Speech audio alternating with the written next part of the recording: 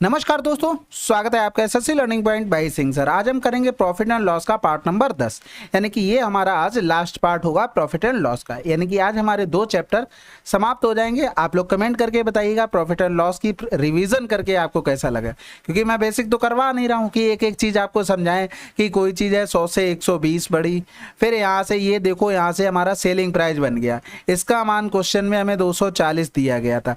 अब हमें निकालना है 100, यानी कि देखो जैसे हम लिखते हैं ना, 1 बराबर 1 रुपए में कोई 2 चीजें मिलती तो 2 रुपए में क्या चीजें मिलेंगी, 2 बटे में 1 गुणे में 2। इस तरीके से चीजें नहीं चलती हैं। रिवीजन कर रहे हैं हम लोग, यानी कि ये कोई कुछ लोग कमेंट कर देते हैं ना कि ये इतनी तेज चल रहा है, ये सब कुछ चल रहा है। भाई रिवीजन करना है ना तो इतनी तेज करना पड़ेगा। लोग मैच कर रहे हैं वाइब को, ऐसा नहीं है कि फर्जी में कोई चीज चल रही। और जो भी जिसको भी अच्छा लग रहा है ना रिवीजन कम टाइम में ज्यादा क्वेश्चन, कमेंट करके आप लोग ज्यादा से ज्यादा कमेंट किया करो, जिससे उन जो लोग कमेंट करने आते हैं 1-2 लोग वो देख तो लें यहाँ पर कितने लोग सपोर्ट कर रहे हैं। ठीक है, तो वो 1-2 लोग देख के ही चले जाएंगे, वो कमेंट करेंगे ही नहीं फिर। ठीक है, एक दुकानदार ने एक वस्तु इतने में खरीदी और इतने में बेच दिया, हानि का परसेंटेज बताना है। अब यहाँ पर एक एक चीज लिख के दिखाने का क्या मतलब है। यहाँ पर देखो क्या हुआ, 57 रुपए में बेच दिया, इतने रुपए की खरीद थी। यानी कि हम डायरेक्ट लिख सकते हैं कैसे, 19 तिया 57, 19 चौक 76, 4 में हमें क्या हुआ, 1 रुपए का लॉस हो गया, 1 बटे में 4 गुणे में 25, बस खत्म। नहीं समझ में आया। देखो यहाँ पर हमने सेलिंग प्राइस, कॉस्ट प्राइस और सेलिंग प्राइस 76 रुपए में हमने खरीदी थी और 57 में बेच दिया, यानी कि 19 तिया 57, 19 चौक 76 हो गया। भाई कितने का लॉस हुआ, 1 रुपए का। किस पर, 4 में गुणे में 100 कर दो, खत्म हो गया सवाल। अब इसमें भी हम 76 से ही 57 घटाएं, फिर बटे में हम करें 76, तो क्या मतलब है, फिर तो रिवीजन कहाँ ही रह गया। प्रैक्टिस कर रहे हैं दबा के, जैसे पेपर में आप सवाल करेंगे। एक पुस्तक का अंकित मूल्य इतने रुपए है, एक पुस्तक विक्रेता इस पर 10% की छूट देता है और फिर भी 20% का लाभ अर्जित करता है, तो पुस्तक की कीमत क्या है। भाई 20% का लाभ करता है, ये अंकित मूल्य, यानी कि 12 बराबर हमें दे दिया था 1000 और 90 का मान हमें निकालना था, बस खत्म हो गया। यानी कि करेंगे तो 12 सत्ते 84, 12 पंजे 60, कहीं 750 लिखा है आंसर। अब देखो यही होता है एक्चुअल पेपर में करने का तरीका, नहीं तो फिर क्या। आपको बताया था मार्क प्राइस और कॉस्ट प्राइस कैसे लिखते हैं, छूट वाला आ जाता है कॉस्ट प्राइस के नीचे और प्रॉफिट वाला आ जाता है मार्क प्राइस। इसका मान हमें 120 दिया था, इसका मान हमें निकालना था। अगला सवाल, एक व्यापारी एक वस्तु को इतने रुपए की दर से बेचता है, 12% का लाभ अर्जित करता है, उस वस्तु का लागत मूल्य क्या है। अब भैया 112 बराबर दिया गया था, तो आपको साफ साफ दिख रहा 3 दूनी 6, यानी कि 3 गुना हो रहा, आंसर लगा दो। अब इसमें कुछ भी बताने की जरूरत नहीं, कमेंट बॉक्स में लिख देना कि सही है कि नहीं सही है। ठीक है, एक वस्तु को इतने रुपए में बेचने पर हुई हानि, इतने रुपए में बेचने पर प्राप्त लाभ का 60% है, उस वस्तु का क्रय मूल्य क्या है। अब सवाल क्या कह रहा, भाई देखो इतने में बेचने पर हमें हानि हुई, यानी कि सीपी बढ़ा रहा होगा, 535 रहा होगा, और 775 में बेचने पर हमें प्रॉफिट हुआ, यानी कि सीपी इसमें छोटा रहा होगा। अब कह रहा था प्राप्त लाभ का 60% है, यानी कि इसका 60% ये हमको बराबर दिया गया था, तो ये कैंसिल आउट हो गया, 2 तिया 6, 2 पंजे 10 हो गया। अब इसमें डायरेक्ट कैलकुलेशन कर लो, ठीक है, बस जितना सोच सकते हो। यहाँ पर 35 कर लेना, नहीं तो फिर 8 से कटेगा नहीं ना। 8 कैसे डायरेक्ट आ गया, देखो 5 का इसमें गुणा किया 5 सीपी और 3 सीपी इधर चला जाएगा तो 8 सीपी बना देगा, और इधर मैंने 3 पंजे 15 और 5 25, जब तक 0 आएगा नहीं तब तक काम होगा नहीं, क्योंकि 5 बन रहा था वैसे। तो 3 पंजे 15 हो गया, 3 सत्ते 21 और 1 22 हो गया, 3 सत्ते 21 और 2 23 हो गया, और प्लस में 5 25 हो गया। ये डायरेक्ट हम इस साइड लेके चले गए हैं। 5 25, 5 15 2 17 हो गया, 5 25 और 1 26 हो गया, यानी कि सीपी बराबर में 5 5 10 की 0 हासिल लगा 1 हो गया, और 7 3 10 की 0 हासिल लगा 1 हो गया, यानी कि 4 हो गया, 6 4 10 की 0 हासिल लगा 1 हो गया, 3 और 2 5 हो गया, बटे में 8 हो गया। 8 छंग 48, 8 दूनी 16, 8 पन्ने 40, आंसर। अगला सवाल, इतने रुपए की कीमत पर बेचकर इतने का लाभ अर्जित करता है, उस वस्तु की मूल लागत की आधी कीमत क्या होगी। अब यहाँ पर देखो 12.5% का लाभ अर्जित करता है, यानी कि 1 बटे में 8। कोई चीज 8 है तो 1 का प्रॉफिट हो गया, यानी कि 8 हो गया हमारे पास सीपी, तो प्रॉफिट हो गया 1, यानी कि हमारे पास सेलिंग प्राइस कितना हो गया, 9 रुपए हो गया।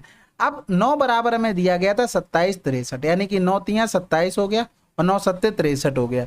हमसे पूछा गया लागत कीमत की आधी कीमत, यानी कि आधी करेंगे इसका तो हमें कितना मिलेगा 4, यानी कि इसी का 4 का गुणा कितना करना पड़ेगा 360, यानी कि 4 सत्ते 28 हो गया, 4 तिया 12, आंसर आ गया।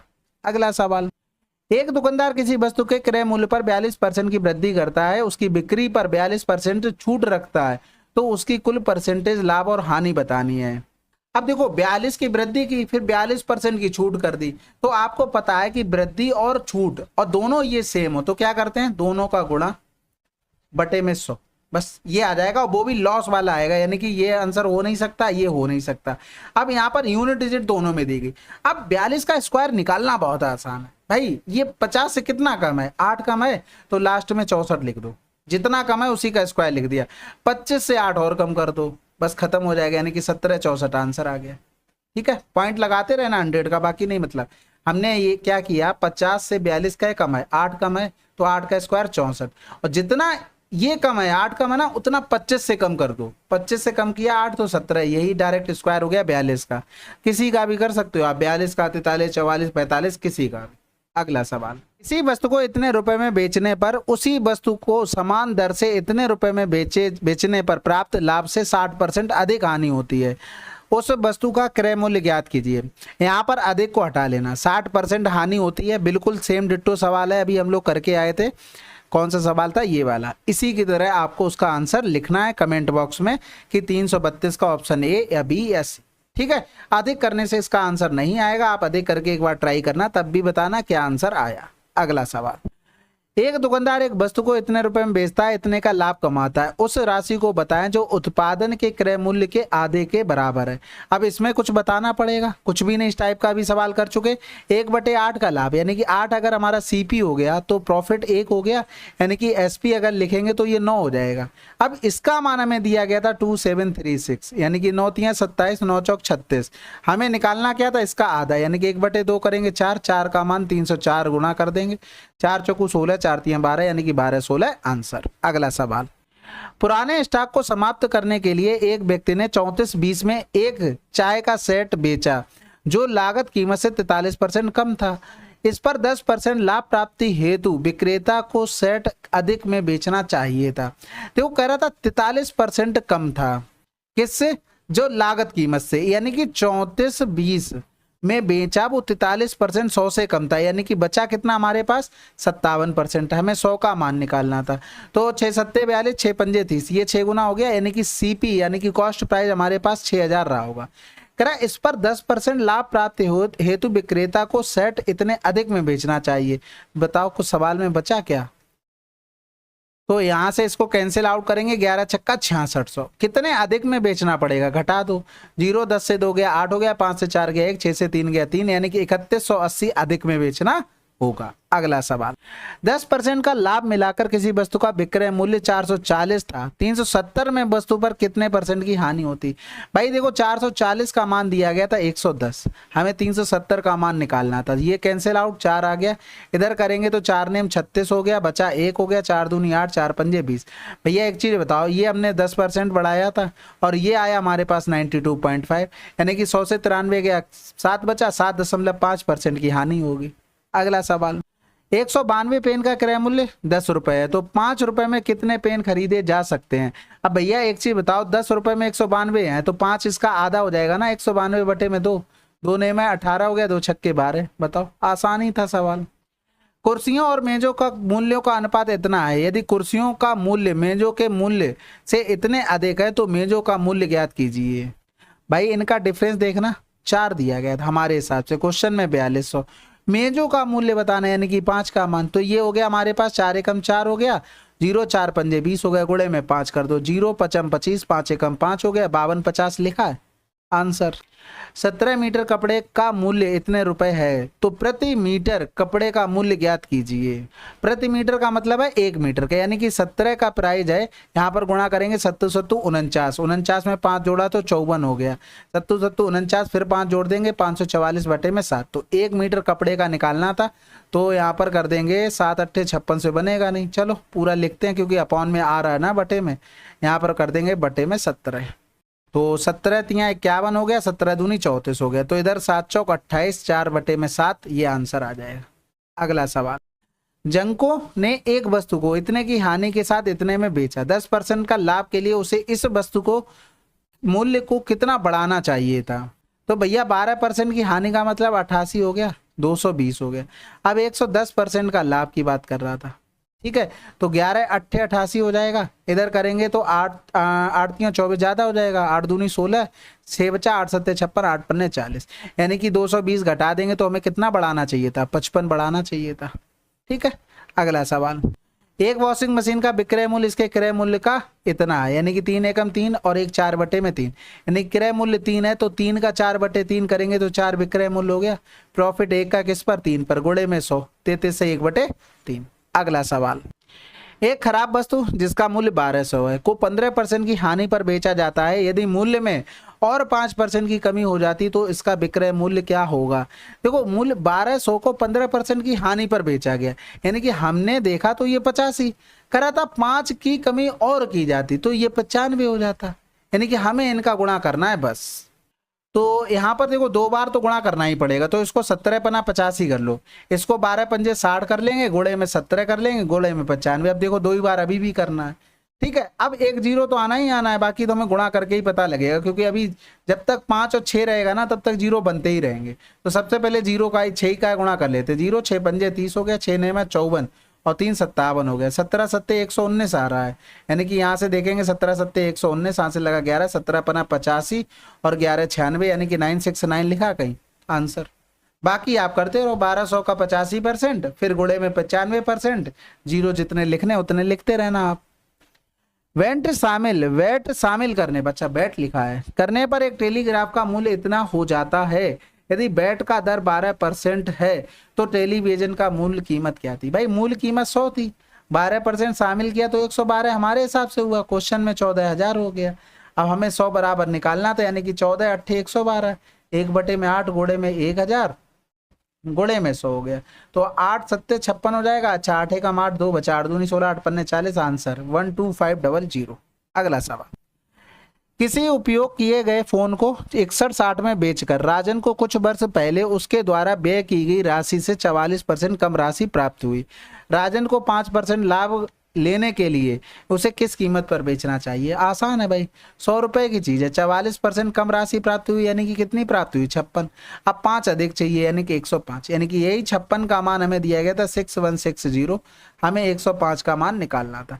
तो 8 सत्ते 56 हो गया, इधर भी कर देंगे तो पहले तो 6 से काट सकते थे, छोड़ो, 8 छंग 48, 8 सत्ते 56 हो गया, 5 बचा, फिर 8 सत्ते 56 जीरो, ये हो गया हमारे पास 11, यानी कि 11 पन्ना 55, 11 एकम 11, 11 55, आंसर आ जाएगा जीरो के साथ। एक वस्तु का विक्रय मूल्य इतना और लाभ 8%, तो क्रय मूल्य बताना। अब ये आंसर आप खुद ही लिखोगे भाई, 108 का मान दिया गया था, 100 बराबर निकालना था, थोड़ा कैलकुलेशन करना, बाकी आसान भी मुझे लग रहा है। कैलकुलेशन में भी देखो कैसे कर सकते थे, ये 100, यानी कि 8 में किसका गुणा करें कि हमें 2 मिल जाएगा, जीरो तो आने ही आने हैं भाई, तो 8 में किसका गुणा करें, 8 चौक 32, 8 दूनी 16, 8 पन्ने 40, 8 चौक 32, यानी कि या तो इससे आ जाएगा या तो इससे आ जाएगा। अब भाई ये जीरो तो किससे काट लोगे, इतने इससे तो इतने तो नहीं कटने, फिर बाद में पॉइंट वाली बात बनेगी, तो हम आंसर क्या लगा सकते थे 24। बाकी कर लेते, 12 ने में 108, 12 दूनी 24, एक बचा, 12 एकम 12, 12 छंग 72 हो गया, 9 दूनी 18, 9 चौक 36, देखो 2400 आ गया। अगला सवाल, उन्नति को एक सामान 696 में बेचने पर 13 की हानि 10% का लाभ पाने के लिए समान मूल्य कितना बढ़ाना चाहिए। ये ध्यान रखना, बढ़ाना चाहिए। कमेंट बॉक्स में आंसर लिखना। आप लोग कमेंट आंसर नहीं लिखते, उससे पता चलता है कि आप लोग बिल्कुल भी ये स्किप करते जा रहे क्वेश्चन। आप देख लेते हो, हाँ कर लेंगे हो जाएगा, ये आगे बढ़ गए, लेकिन समझ नहीं रहे हो। इसका फायदा लास्ट में कहाँ मिलेगा, कितना आप सोच पाओगे, कितना आप मतलब आगे कैलकुलेशन कर पाओगे। आप यहाँ पर मान लो चीजें छोड़ दे रहे, कहीं पर 12 से कुछ डिवाइड करने को आया, कैलकुलेशन की भी तो प्रैक्टिस हो रही है। ये कब करते हो, इसके लिए तो या तो आप आधा घंटा सुबह टाइम निकालते होंगे, या तो फिर आप बिल्कुल ही इग्नोर कर दे रहे, फिर कहते हो पेपर में टाइम नहीं बचता। ठीक है, 96 में खरीदी थी और इतने लाभ पर बेच दिया, तो वस्तु का विक्रय मूल्य क्या है भाई, 1/8 लाभ में बेचा, यानी कि 8 की चीज 9 में बेच दिया, यानी कि 96 गुणे में 9/8 कर दो, 12 अट्ठे 96, 12 ने में 108, आंसर। अगला सवाल, इतने रुपए में एक मेज बेचकर एक दुकानदार को इतने की हानि होती है, उसका हानि परसेंटेज बताना। इतने में बेचा है, यानी कि अगर हमें सेलिंग प्राइस निकालना, सॉरी कॉस्ट प्राइस निकालना है, तो 16870 सेलिंग प्राइस से हमें हानि को क्या करना पड़ेगा, जोड़ना पड़ेगा, तब हमारा बनेगा। यानी कि 1080 डायरेक्ट जोड़ के लिख देते हैं, 0 8 7 15, हाथ से लगा 1 हो गया, यानी कि 9 हो जाएगा, 6 1 7 हो जाएगा, 1 हो जाएगा, गुणे में 100 हो गया। अब थोड़ी कैलकुलेशन तो करनी पड़ेगी इसमें, पहले 0 से 0 ही हटा लो, फिर 5 तियाँ 15, 2 बच गया, और 5 छक्के 30 ज़्यादा हो जाएगा, 5 25 हो गया, बचा कितना 4 5 ने 45 हो गया, इधर 5 दूनी 10 कर देंगे, इधर 8 1 9, 5 3 8 हो गया, 9 8 17 हो रहा है, कट तो कुछ ना नहीं रहा। तो हम ये आंसर यहाँ पर लगा देंगे 6.0, यानी कि आगे भी कुछ चलता रहा होगा, लेकिन हम यहीं तक करेंगे। या तो पॉइंट से बड़ा आ जाता तो राउंड ऑफ करके हम लिख सकते थे, लेकिन ऐसा तो कुछ हुआ नहीं।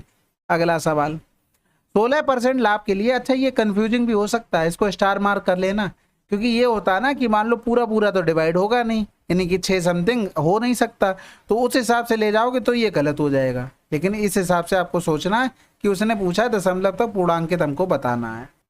16% के लाभ के साथ एक वस्तु का विक्रय मूल्य इतना था, यदि वस्तु को इतने में बेचा जाता तो हानि परसेंटेज क्या थी। यानी कि 435 पे बेचने पर हमें कितने का लाभ हो रहा था, 16% का, यानी कि 116 मान दिया गया। 330 पर हम देख लेंगे क्या प्रॉफिट क्या लॉस हो रहा है। तो 5 छक्का 30 हो गया, 5 छक्का 30 हो गया, 5 अट्ठे 40 हो गया, 3 बच गया, 5 सत्ते 35 हो गया। और इधर करेंगे कुछ कट रहा है, 8 7 15, यानी कि 3 से काट लो, 3 दूनी 6, 3 दूनी 6 हो गया, 3 दूनी 6, 3 नेम 27 हो गया। और इधर हो जाएगा ये 4 बार, और 22 चौक 88 हो गया। भाई इधर हम कर रहे थे 100 से कितना ज़्यादा हो रहा था 16% के लिए, ये हो रहा था। यहाँ पर आया हमारा 88, तो कितना कम हो रहा है 12, यानी कि 12% की हमें क्या होगी, हानि। अगला सवाल, एक दुकानदार कुछ अंडे इतने रुपए प्रति दर्जन के दर से खरीदता है और 25% के लाभ पर बेच देता है, तो एक अंडे का विक्रय मूल्य हमको बताना है। भाई 19.20 प्रति दर्जन, यानी कि 12 का मूल्य हमें दिया गया था 19.20। अगर हम एक का प्राइस निकालें तो 119.2 बटे में 12, क्योंकि पॉइंट के बाद हम नंबर वैसे पढ़ नहीं सकते ना, इसलिए 19.2 पढ़ना पड़ा। 25% के लाभ पर बेच देता है, यानी कि यहाँ पर ये तो कॉस्ट प्राइस आ गया, 25% का प्रॉफिट करेंगे तो 125 बटे में 100 हो जाएगा, यानी कि 25 पंजे 125, 25 चौकू 100 हो गया। ये पॉइंट हटाएंगे तो इधर यहाँ पर एक जीरो बढ़ा लेंगे, इधर करेंगे तो 12 एकम 12 7 हो गया, 12 छंग 72 हो गया, 4 एकम 4 हो गया, 4 चौकू 16 हो गया, 5 चौकू कितना हो गया 20, 20 बटे में 10, यानी कि आंसर क्या आ गया 2। अगला सवाल, अब अगला सवाल क्या, थैंक यू वेरी मच भाई, वीडियो देखने के लिए। हम 4 लोग ये आपके लिए पकड़ के लाए हैं कि ये लोग कुछ ऐसे तो लिखते नहीं कमेंट बॉक्स में, आप लोग चलो कुछ करो चल के, तब ये शायद लिख दे, ठीक है। तो कमेंट वीडियो अगर डन पूरा देख लिया तो डन तो आपको लिखना ही लिखना है, और कुछ सजेशन हुआ करे तो कमेंट बॉक्स में जरूर लिखा करो। ऐसे में क्या होता है, जैसे मान लो 10-12 लोग कमेंट करते हैं तो उससे कोई फर्क नहीं पड़ता है। अब मान लो देखने वाले 200-250 लोग हैं तो एटलीस्ट 50 लोग कमेंट कर देंगे, तो जो नेगेटिव वाले आते हैं ना वो देख के थोड़ा चुपचाप शांति से चले जाएंगे, क्योंकि उन्हें तो ये चाहिए बिल्कुल बेसिक से धीरे धीरे चलता रहे, ये बुक कम से कम 6 महीने में ख़त्म हो। तो ऐसा तो नहीं कर सकते ना, हम लोग सिर्फ रिवीजन कर रहे हैं। तो इस चीज़ को ध्यान में रखते हुए ये 4 लोग हम पकड़ के लाएं कि आप लोग कुछ बोलो चल के, तब ये लोग शायद में कुछ कमेंट में लिख दें, ठीक है। चलो फिर मिलते हैं अगले वीडियो में, एक चैप्टर आपका और समाप्त हो गया, करते हैं फिर नया चैप्टर स्टार्ट। तब तक के लिए जय हिंद जय भारत।